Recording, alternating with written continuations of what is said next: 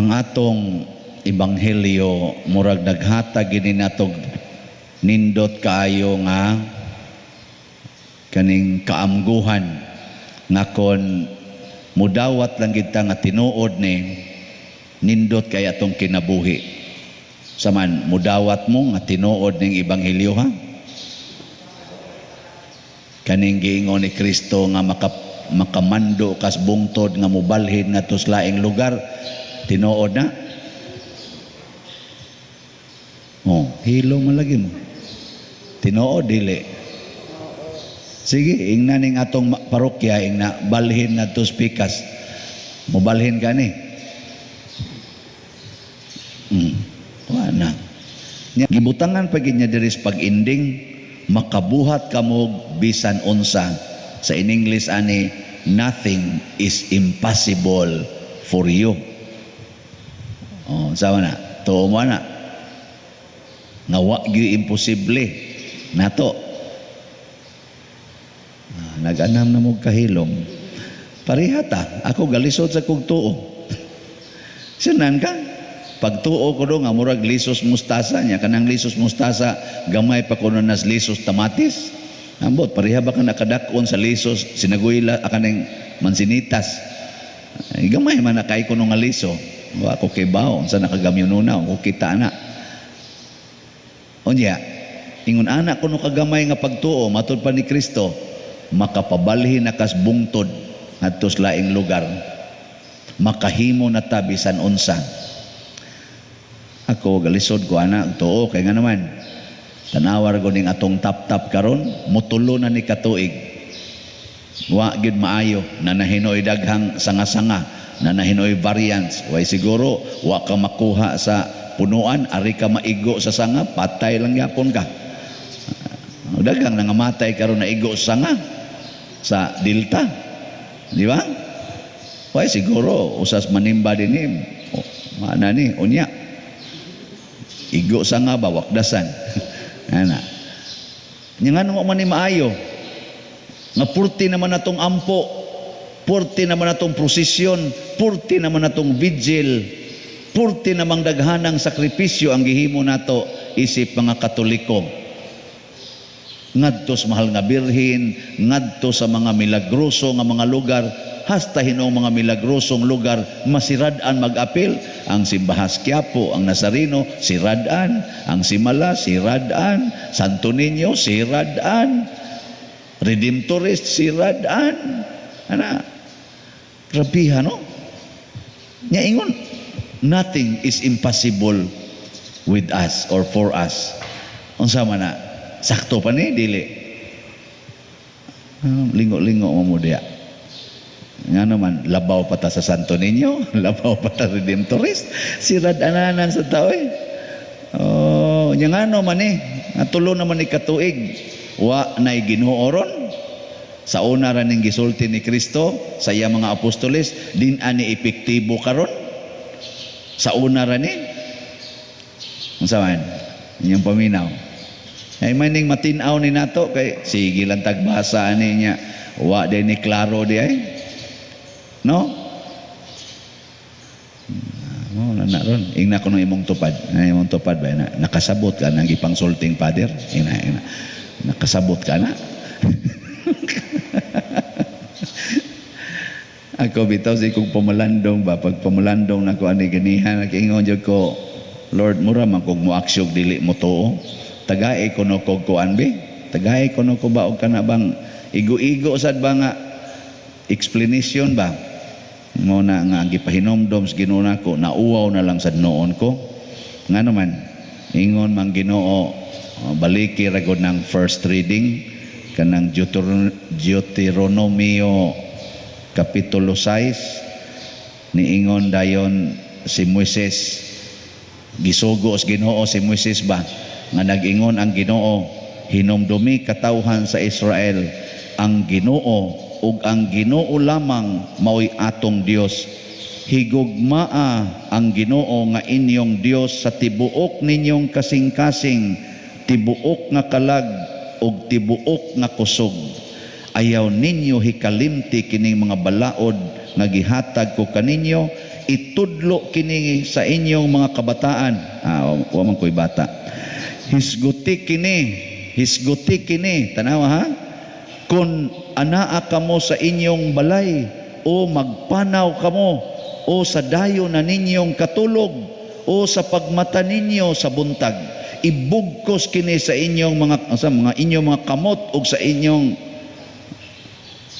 ingon nga ilhanan, o ibutang ingon nga timaan diha sa inyong agtang.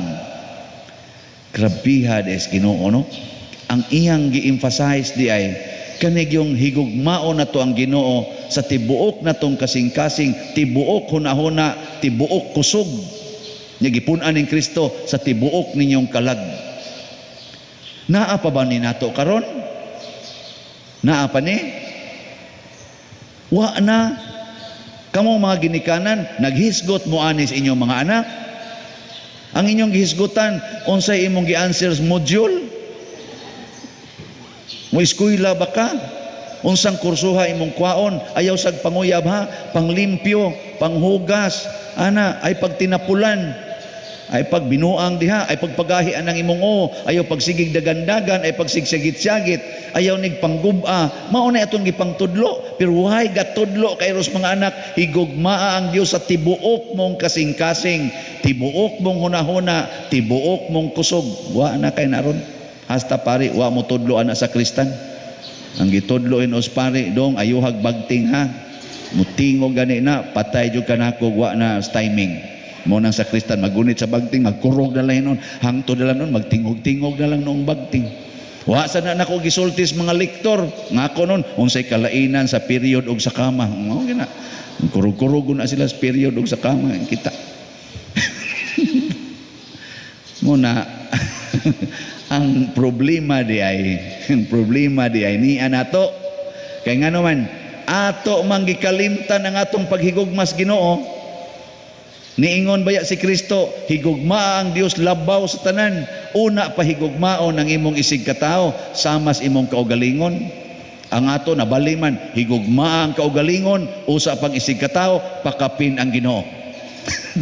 Muna inigabot na sa panahon nga di na gyud makaya ang atong mga kanang kumbati na tos kinabuhi ba, moingon nita, Ginoo na lang gyud akong paglaom ani, human naman ako buhata ang tanan. So self gyud, di agita mo kuan sa self. Anay gasigig text nako, Pader, iampo taong kus Ginoo, purti nagyong putusan akos utang. Pader, naa man jud kay dakong kolekta diha, sige makag-announce, tagai in taong ko ana, wa jud ko mo reply. Imo pa ning kuhaan mo na ginhawag tigom na to ani. Kamu di ay kanang inyong tinigom dia, inyo din ang ihatag di ay. Mo ingon ko, unya unsan mo li ako? Self good, self. Imbis nga ang self mo ikatapusan, mauna nun atong giuna. Bisan ka na mga banag asawa, naamagin mo anang panaad nga kasakit og sa kalipay, pero ang asawa mo, ngigagod kansin ako, no? Sige siyang inom dito, di ako diri kasig trabaho, buang banahan na, biyaan ko ng buang-buang. Self. Moingon sa dang banang, kadang asawa ha, napisag kung sao na to explain, di gyud mo to, luod lang naong ng buang-buang, ilisan ko nagsilingan, tatago ka to silingan. Makonsumisyon ko ana, masuffocated ko ana. Matod pas Tagalog, sinasakal na ako. Istoryahin. Pari sa din sa hangigagod ka ng parokya ha, kulikta di kabuhig pari, biya ko Self ba? Self. Mao bitan na hasta sa cellphone, selfie gihapon. Hasta mga tiguang karon nako, sige pa picture tayo sa dili pa der, selfie lang nako. Naon bay kurog-kurog ng kamo, selfie lang gihapon. Nako nya mo blur da kay gakurog man sa ako man sa ning gi-timer. Nasa ba? Ngita gyud paagi kay maka-selfie. Ang self yun. Mao na mahimo na kitang selfish, self-centered, self-righteous. Di natakabuntog og COVID. Nga naman, anhin na tamutuo sa atong kaugalingon. Parihan na ta na mga athletes nga dayog pukpuks dughan. Ana dayon, ako na ni. Ana, makadaog gani. Ana gyud kay ako na ni. Ana. Di ba? Ayaw mo ana oy. Ngayon na imong tupad. Yung tupad ba yung na kisa may imong gihugma, Ginoo o imong kaugalingon. Ina na siya. Nya ikabutin sa inyong balay, ingna to itong nanghigda pa dito, katungo pa kabangon kay puting hubuga, na kisa imong gihigugma, Ginoo o imong kaugalingon. Ana, kita, mayroon ba kita I love God. Pero inigingos Ginoo nga, ay na mo pangiskis kilay, ay na mo pa colors book, matiguang sa to anak Lord. Reklamo din, gamay ra kay nang butanga. Labaw naging ay mo palaygit, ay mo inom ana mga pills, ayaw mo pag-abortion. Samot na gina. Di na takatuman. Napadyugingos Ginoo, ayaw mo pangangkon bisan unsa. I-share na sa inyong mga silingan. Parte ginatong igihana na tong kural ka ng mga utlanan, magkinihaay na manggani. Nya maayo tas COVID ana. Oh, mauna. Ang rason di ay wa mausab ang gahom sa Ginoo, wa mausab ang iyang gugma nato, wa mausab ang iyang pag-amping nato. Ang nausab karon kita kay naa nata ni salig ni anang cellphone, ni anang ato mga scientific nga mga inventions and innovations in life.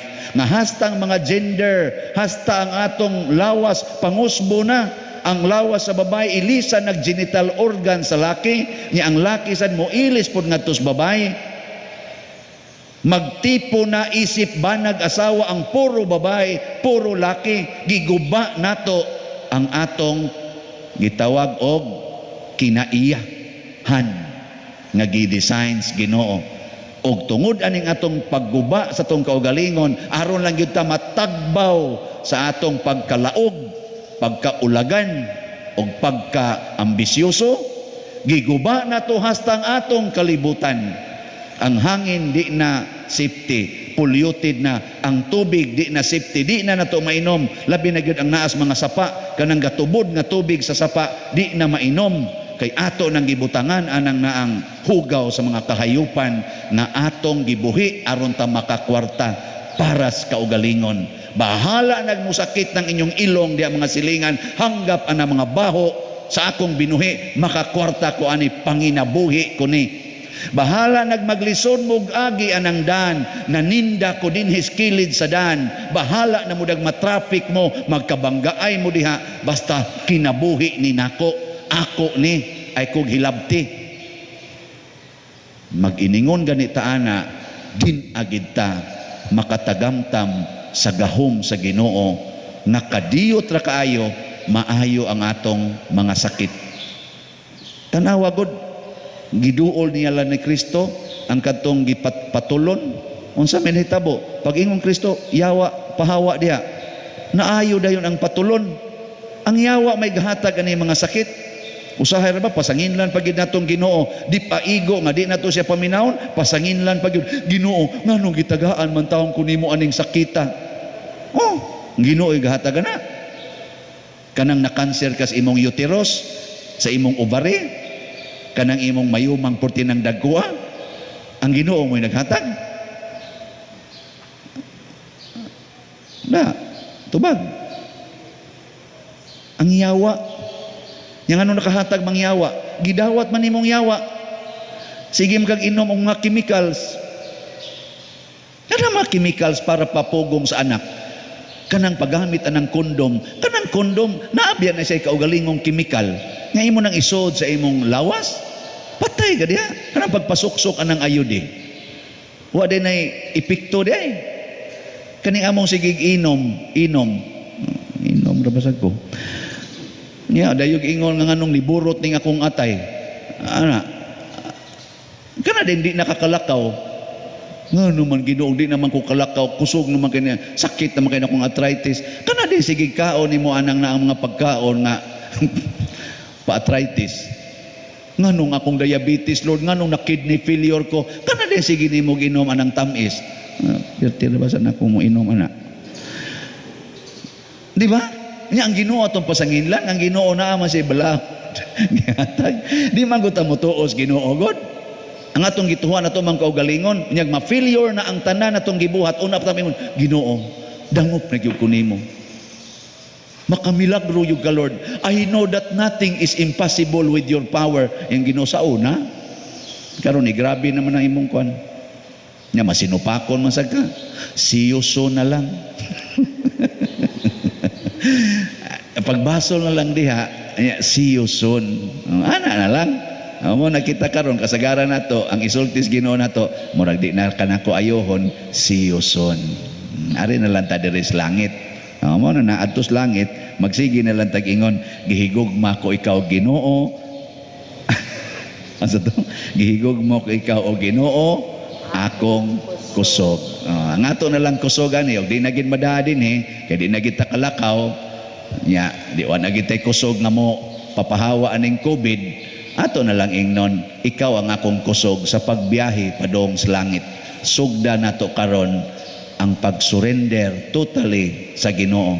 Ingnon nato siya, Lord, ikaw na'y tag-iya sa akong hunahuna. Din ako magsigunahunag kwarta kung dili ikay musugo nako. Din ako magsigunahuna unsaon ni nako pagpakural ang akong mga balay o kaning mga agianan, kani akong yuta, basta di ka magsugo nako. Ikaw na'y tag-iya sa akong kasing-kasing. Din ako magsigig dumot aning akong silingan tungod lang kay gipasakitan ko, kining akong bayaw, kining akong umagad, kining akong ugangan nga lami kayong hiluan, di na nako hunahunaon ron. Kining akong igsuon nga dugay na kay mingwa magtingog tungod lagi atong kabahinanan sa namatay na mong ginikanan, ako na ning wagtangon. Nduta no? O kining akong kusog, kining akong kamot, gamiton ko na ni pag-alagad sa akong isig katao, dili sa pagpanghapak, pagpangusi aning akong mga anak, pagpanglatos. Hindog na ta.